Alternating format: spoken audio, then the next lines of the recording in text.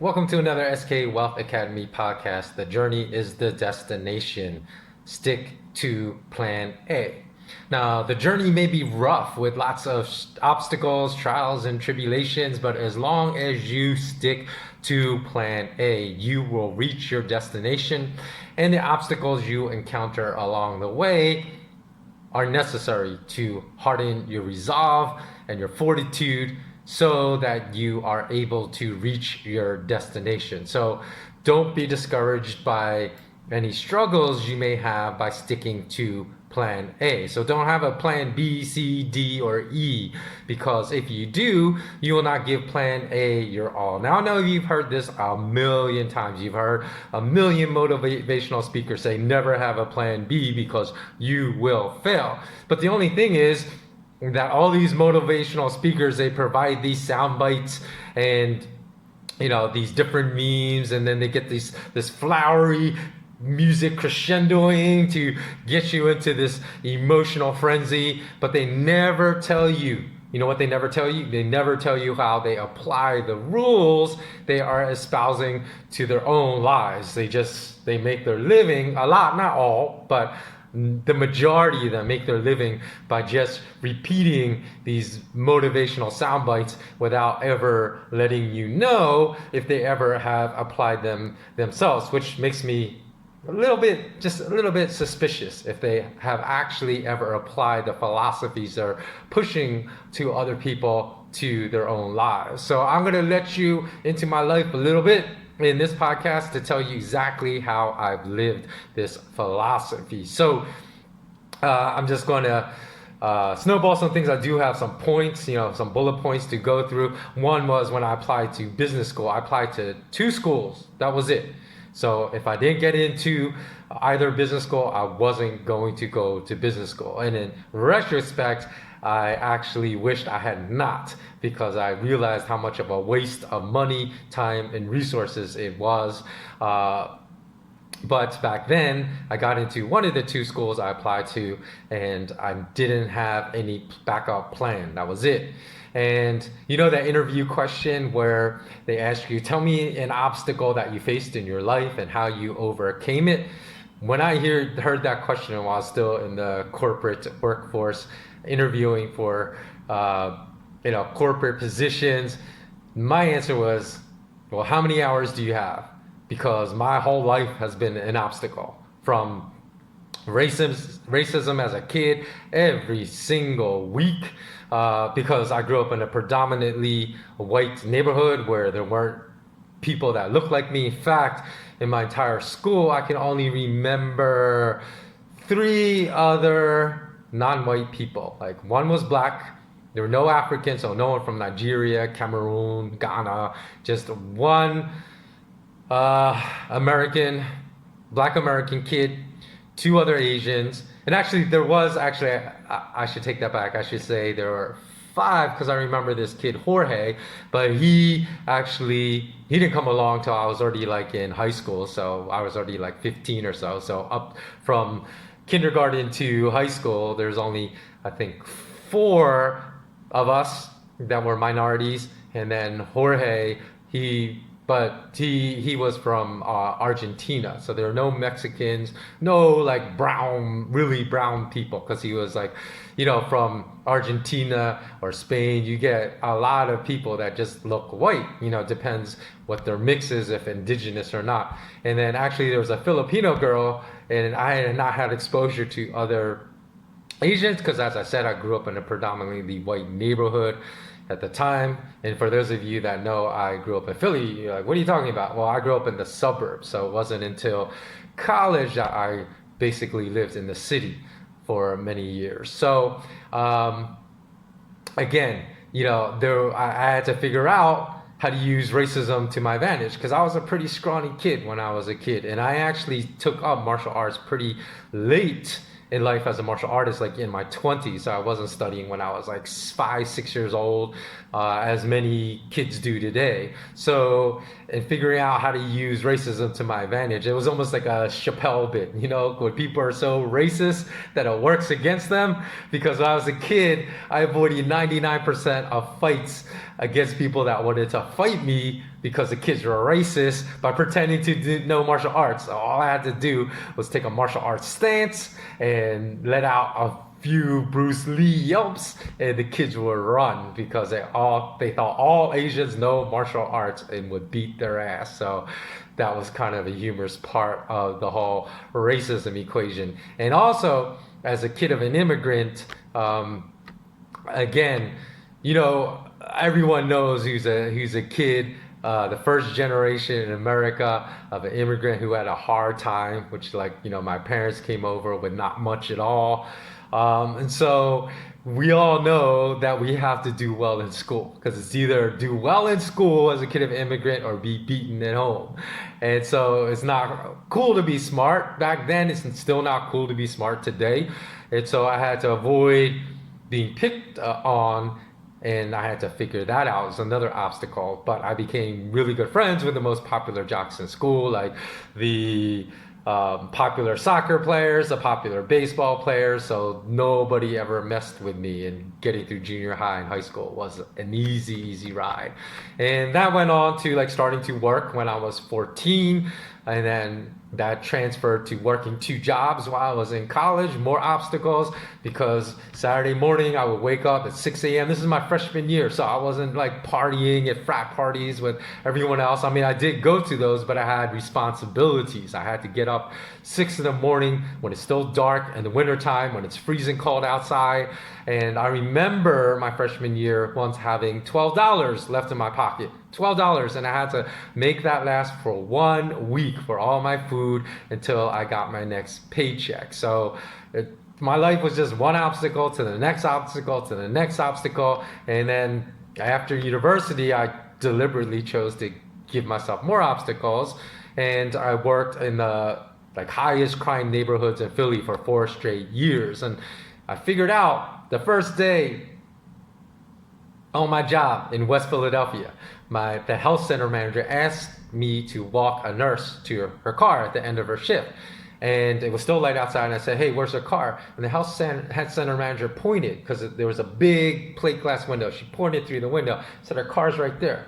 And I was like, "Are you kidding me?" Because the car was literally no more than 5 meters away from the front door of the healthcare center. I was like, what is going to happen to her? And the health center manager said, "John, please do not argue with me, because this is your first day in this neighborhood. You don't know this neighborhood like I do. Can you please, for her safety, walk the nurse to her car?" So then I was thinking, well, who's going to walk me to the subway? I got to take the subway home in this neighborhood. So at that point, I had to figure out how to ingratiate myself in these neighborhoods where I was basically an outsider, because I was an Asian working in mostly Black and Latino. And actually there was one neighborhood that was Southeast Asian in South Philadelphia.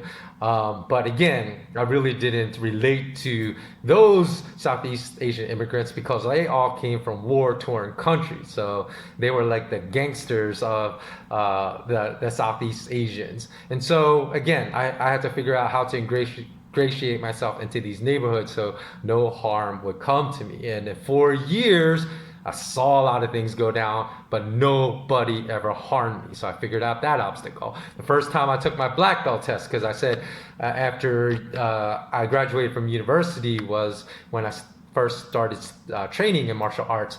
I failed because during my test, I was sparring someone, and my sensei randomly sent a second person into the sparring session to fight me. So it was 2 against 1.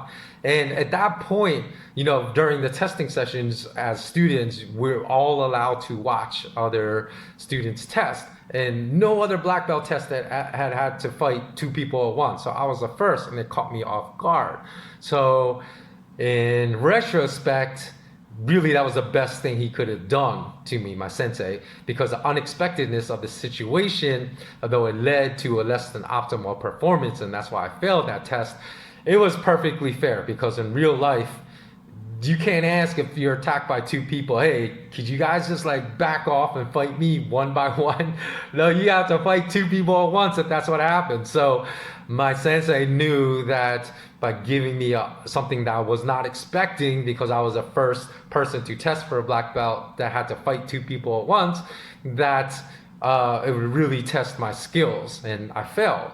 And then a quick side note was that later, because then I worked even harder. So I went and worked after class with my other fellow students to really, really train hard. And then during a sparring session, during a regular class, after the class ended, my sensei actually awarded me my black belt. And I was the first student in his class to earn a black belt without a test. But my sensei, the reason, and so I was surprised, I thought I would still have to test again for my black belt.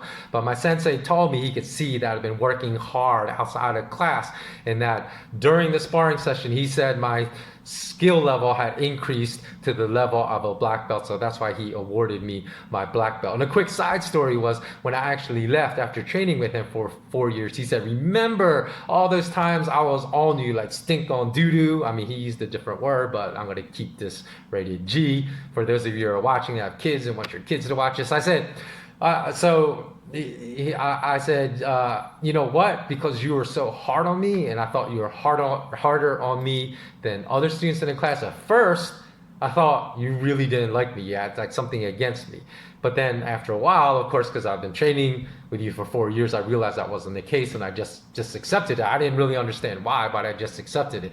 And he said, the reason I was harder on you is because I saw something in you that I didn't see in the other students. I saw something that could develop in you. So that's why I pushed you harder. And the crazy thing was I trained with him for thousands of hours over 4 years. And the only reason he told me he was revealing the reason he was harder on me than other students was because I was then leaving, because he used that to motivate me during those 4 years. So he said he never would have told me the reason why he was so hard on me had I not actually been leaving his instruction, which is kind of crazy. And then years later, I think it was about like 10 years later, because I still keep in touch with him, I was talking to him. He said, yeah, sometimes I still talk about you with my class, and I bring you up as that Korean American kid that was really, really intense in class. And when he told me that, like, I never really thought of myself as intense during training. I just always thought, hey, what's the point of going to train if you're not going to work as hard as you can? So while I saw other people cutting corners, I never cut corners, and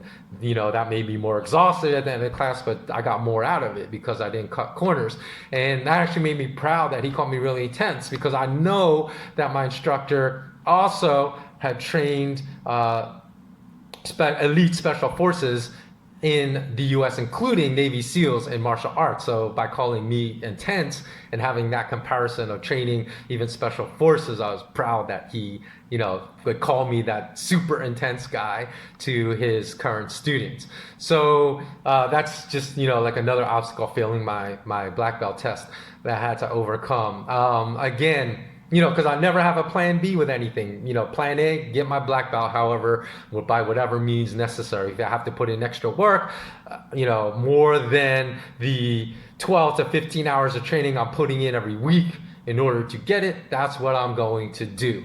And then when I moved to LA, I worked with gang members or ex-gang, members that had just left gangs and then were trying to get their lives together. And again, I had the huge obstacle because, again, you're always in these situations are going to be perceived as an outsider. And if you want someone that has been in gangs their whole lives to trust you, trust me, you're going to have to find some angle to get them to trust you, because they are not going to trust you at first.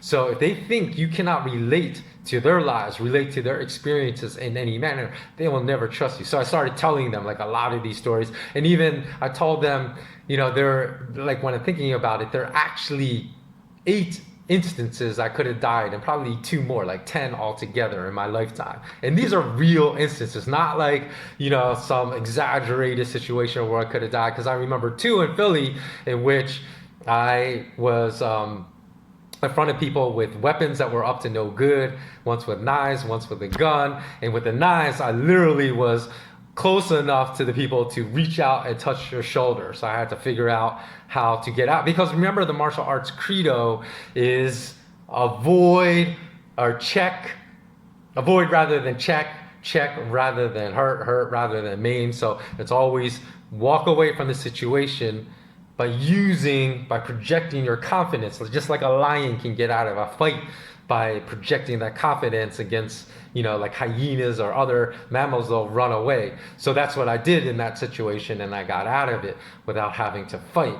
But once I was stalked by a psycho who threatened to kill me multiple times. So these are very real. And in the last podcast, again, remember I said that's my creed, my martial arts creed is for any situation I can walk away, I'm going to walk away as the solution. But I also said, as a martial artist, we are not punks. So in this case, since this person threatened to murder me many times, and I had no idea actually who he even was. It was like, it was like Cape Fear with that Robert De Niro movie when somebody just starts showing up everywhere you go and threatening to kill you. So I knew it was quite serious. And I, took matters into my own hands. So let's just say he had to call the Philly PD, and 6 Philly PD officers showed up for his protection, not mine.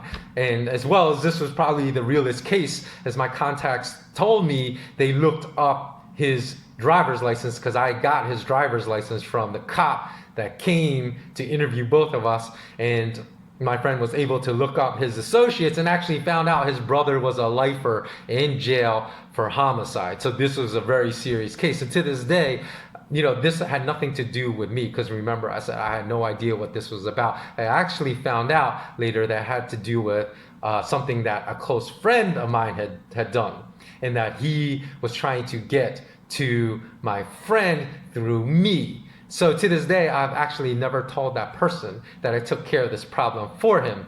And that person does not know that he put my life in jeopardy through his actions. And one day I will let the person know. And in fact, that person may even be watching this podcast right now. But I will let that person know one day, because that person has no clue that this went down because of that person's actions. And just thinking just of other instances. Once when I was a freshman in college, I was supposed to go on spring break, but that was also the year I had like $12 left in my pocket, had to figure out how to make that last. So I said, you know what? I want to have fun, but I know I really should work through spring break. So the last minute, I called up my friend and said, you know what, I'm sorry, but I can't go. I'm going to work through the spring break because I really need the money. And during that spring break, one of my friends died in a car accident because they were driving, I went to uni in Philly, they were driving down to Florida. A drunk driver crossed the Meridian, went the wrong way, and hit my friend's car head on. And my friend that died was in the front passenger seat. And instead of her, that probably would have been me, because I'm not that tall, I'm only 183 centimeters. But I'm taller, I was the tallest of that group of my friends. So I probably most likely, because they rented a car to drive down, would not have been under my name, so I would have could not have driven. So I most likely, as the tallest person, would have been in the front passenger seat. It's not to say that's probably actually the least likely of any of my 8 instances in which I thought I could have died that could have happened. Because had I gone on the trip, maybe that wouldn't have happened. You don't know, right? It's like the butterfly effect. One thing changes, you can't say, oh, that would have happened had you gone. So I don't know. But another really real situation when I was in Bali in Indonesia, I was in this tourist area just having a drink, and I remember having like this really strong feeling. It came out of nowhere, like something terrible is going to go down. So I left the area, went back to my hotel, and just hours later, a suicide bomber detonated a suicide vest, and I can't remember how many people died. Like 11 people died total. But there were 2 bombers, and then a friend of mine that actually lived in Bali told me that a number of establishments up and down the street had also been planted with bombs, and most likely the one I had been in as well, because that was something like the 5th terrorist attack in 9 years in Bali. So the Bali authorities were very prepped to handle such a situation. So the moment those 2 suicide bombers detonated their suicide vests, they shut down the entire mobile network, which a friend of mine told me that's how all the other bombs in the establishments were set to go off through phone calls, and they did not. But I remember one thing, leaving, because I didn't understand where this really strong feeling out of nowhere came. And I remember thinking back to my sensei, who I trained with for so long, the one that told me why he was harder on me than the rest of the students in my class. his name's AD. So if you're watching this, AD, thank you, because you came to me like Obi-Wan Kenobi, and I remember you telling me trust my gut. And that's the reason I actually left, because I remember, hey, this is such a strong gut feeling, I should trust it, and I left. So perhaps, you telling me that saved my life that night. And another time I remember I was walking down the street, and this was like after I moved to Asia. I was listening to music, and this was actually not too long ago. This was maybe like 5 years ago, and I had earbuds in my ears, and something told me to turn around. I don't know what it was. I just had a strong feeling, turn around. And I did, just a few seconds for her to smash like that, because a crazy driver in a Porsche was weaving in and out of traffic.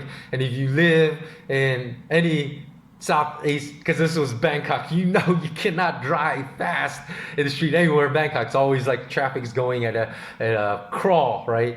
And especially on the street I was on, which was Asok. If everyone knows Asok, that is going at a crawl. And the Porsche hit another car, and that car went ramming forward, and it would have gone right into where I'd walked. So perhaps it would have killed me, because it went like very fast and then crashed. And I turned around, so I stopped, and then I jumped back, and it went right by me. So that, again, I don't know what prompted me. I had a really strong feeling of like, look behind you, there's something, because it was before that, like the crash. So I didn't even hear a sound. I heard no screech of tires. It was like seconds before that happened.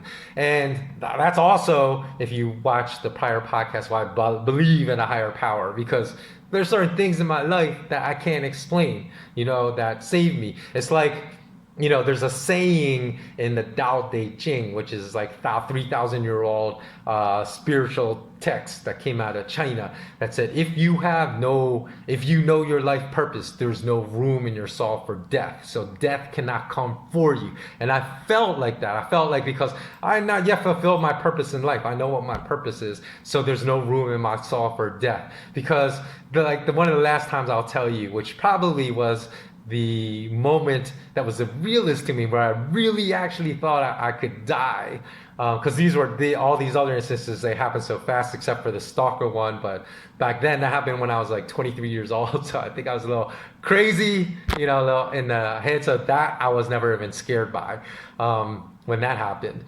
But the one that truly, where I thought for a few seconds, man, I could really die, was when I was in a high-rise elevator in Asia, and I heard like a big rattle, like when I was in the elevator car, and I was the only one in it. And then the elevator car free fell for at least 2 stories, perhaps 3, because it was a few seconds. And during those few seconds, I remember thinking, oh, this could be it, and then the emergency brakes hit. And it's crazy, because I was thinking, you had those discussions, you don't know, because I've always said, oh, I'm not afraid of dying, I'm not afraid of death. But I'll admit, I was scared. But I think I was more scared because I was thinking, because it was only like 8 stories up, I was like, man, this might not be instantaneous. This might really hurt, and my death might be slow and painful. That's what I was thinking at that time. It wasn't necessarily like I was like, if that happened at like story 70, then I have more time to really contemplate what was going to happen. So again, none of the, how people say when you have these near-death experiences that it changes your life, because you say, oh, I'm really going to start living my life. None of those 10 experiences really changed how I approached life in the slightest. You know why? Because I've always lived my life on my own terms, and not on the terms of society, and certainly not on the terms of those transhumanist, amoral billionaires that they try to force upon us. So again, this is just something that I have a lot of experience with, just sticking to plan A. And if you stick to plan A, that doesn't mean you're not going to have failures along the way. Because I explained to you like failures I've had along the way, and you will have failures. So I never understood, like when I got to business school and I met people that were 27 or 28 that said, I've never failed at anything in my life. I said, you must have lived a really, really safe life then. You must have lived by society's rules and not your own rules. You must not be making your own rules if you haven't failed at anything. Because I I said, I can think of at least a dozen things off the top of my head that I failed at. You're going to fail if you try and you shoot really high. You're going to fail at stuff, but it doesn't mean you won't get there. Eventually you will. And finally, I'm going to end this podcast with one financial tip. Is sometimes I will inject a financial piece of financial guidance as a bonus to people that stay and watch and view my podcast to the very end. So you never know which podcast I may drop one of these gems. So if you want to know who to trust when seeking financial guidance, go with the people that were telling you what to do when it was not popular to tell you those things, but it was still the right advice, like buying gold and silver, like converting your fiat currencies into gold and silver in 2008. Because remember, silver dropped below $9 an ounce, and I know that was a paper price, but you could have still bought it at like $13 a physical. And then gold dropped to $680, and the premiums were not as nearly as high as they are the premiums between spot and physical. So you could have probably bought physical gold. If I recall correctly, I mean, it's 2008, so I don't know if I'm recalling correctly, but I think just at a shade over $700 an ounce. So don't go with people jumping on the buy gold, buy silver. I'm telling you what to do to save your financial life now, bandwagon in 2020. If you go back and check the history of these people, and they never told you to buy gold and silver before, because they're jumping on the bandwagon to try to bring you into whatever they're doing to make money. And they don't, because they really don't understand why it's so essential. If they didn't to understand why it was so essential to buy in 2008, they don't understand it today. And they're just salesmen, and they're just trying to exploit what is hot, but they will never provide you with solid investment guidance. So that wraps up the podcast. I hope you found it valuable. If you do and you have not yet subscribed, please do subscribe, hit that notification bell below. And then please do also follow me to the K.IM social media platform, because when that's launched next quarter, I'm probably going to completely migrate over there.